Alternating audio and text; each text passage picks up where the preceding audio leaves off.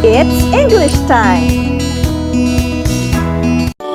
Come on and join me as we learn English the easy way! Hello everyone! Welcome to another English 10 learning episode. Are you ready? Huwag kang mag-alala, madali lang dito! Our target most essential learning competency for this video is evaluate and make judgments about a range of text using a set of criteria. Naranasan mo na bang magpasama sa kaibigan mo sa shopping mall para bumili ng damit? Kaso nga lang, magkaiba kayo ng taste and preference, kaya nahirapan ka sa pagpili ng damit na babagay sa'yo. This happens because both of you do not follow certain standards or criteria in choosing clothes. Hindi ba't mas madaling mag-decide kung ano ang dapat hanapin na damit? Kung halimbawang alam nyo ang kulay, sukat, or style ng damit na bibilhin nyo?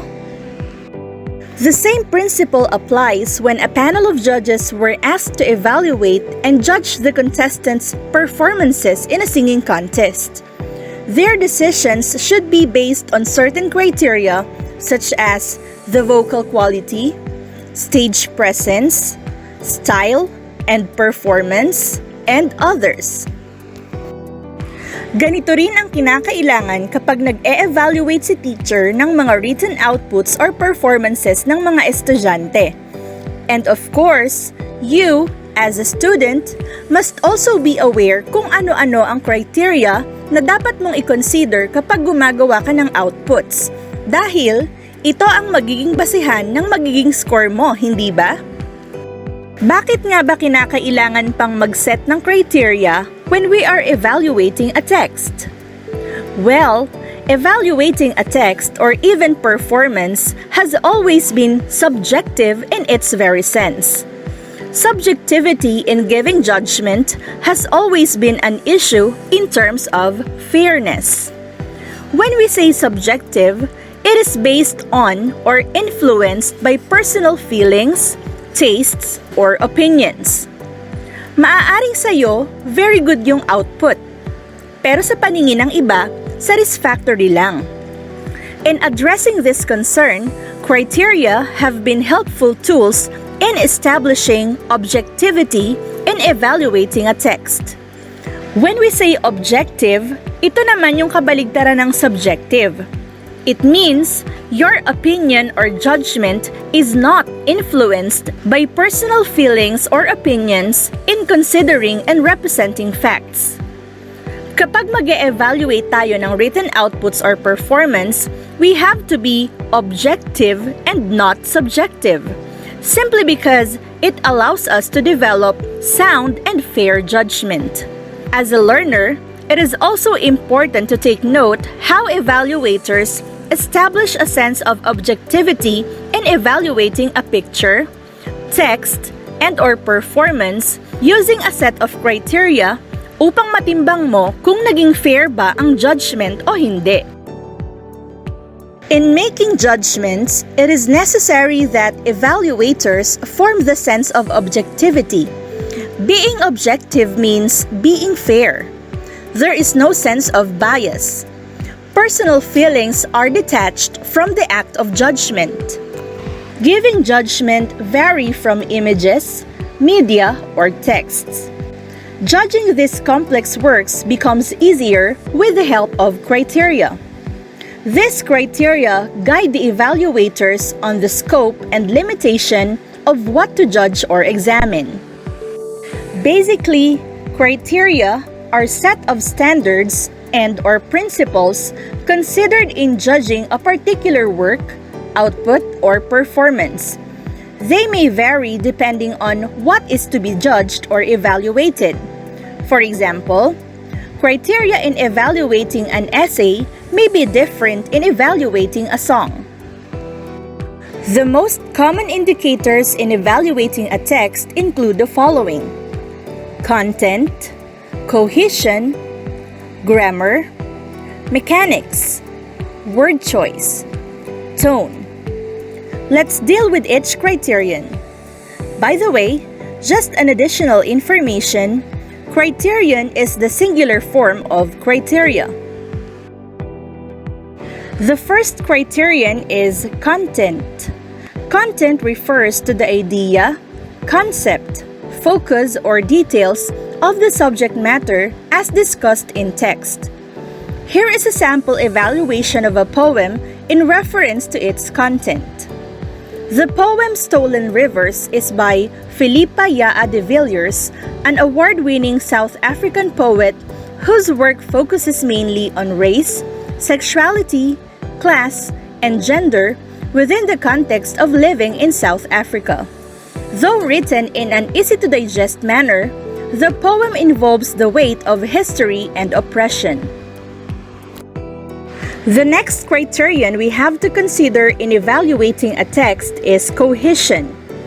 Cohesion refers to the connection and organization of words, phrases, ideas, and concepts presented in the text. Cohesion is an important feature of academic writing. It can help ensure that your writing coheres or sticks together, which will make it easier for the reader to follow the main ideas in the text. Read the two paragraphs below. Which one flows better? Paragraph 2 flows better. The first sentence introduces the topic of Costa Rica and its relation to the world. The second sentence tells its location in the world. The third sentence continues with more details on a specific part of Costa Rica, which is the southern part, that was mentioned in the second sentence, and so on. Remember that the more closely related the topics between one sentence and the next are, the more the paragraph will flow.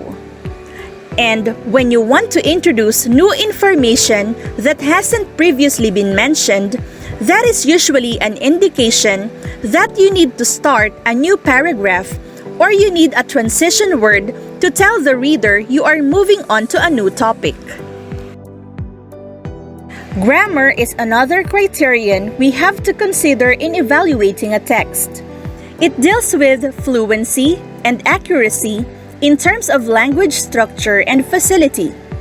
Evaluating the grammatical structures of a text may include parts of speech, sentence patterns, linguistic style, sentence structure, transitional words, and spelling. The next one is mechanics. Mechanics refers to accuracy in punctuations and capitalization. Tama ba ang paggamit ng punctuations? Na-i-capitalize ba ang mga salitang dapat i-capitalize gaya ng proper nouns?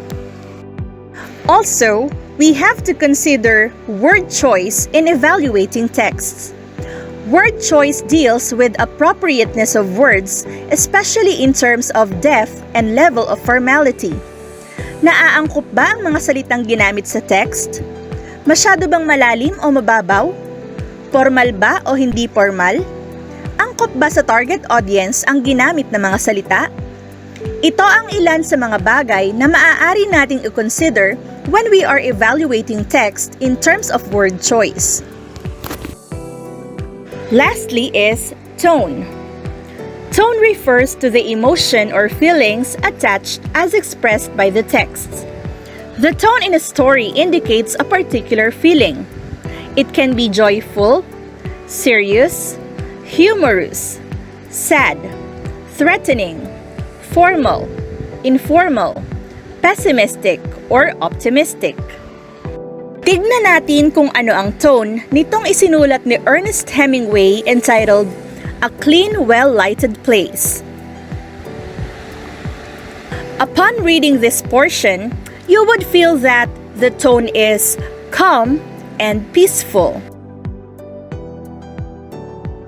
Let's have another example. The Telltale Heart by Edgar Allan Poe.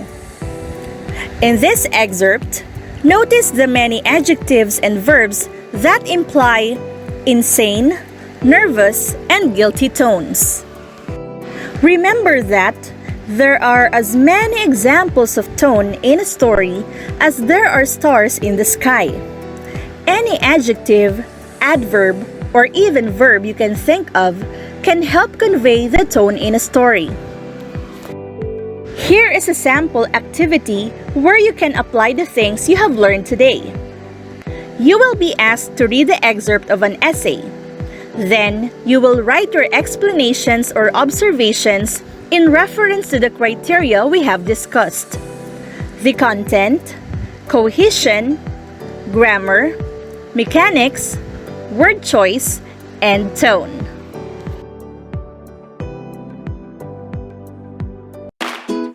Thanks for watching!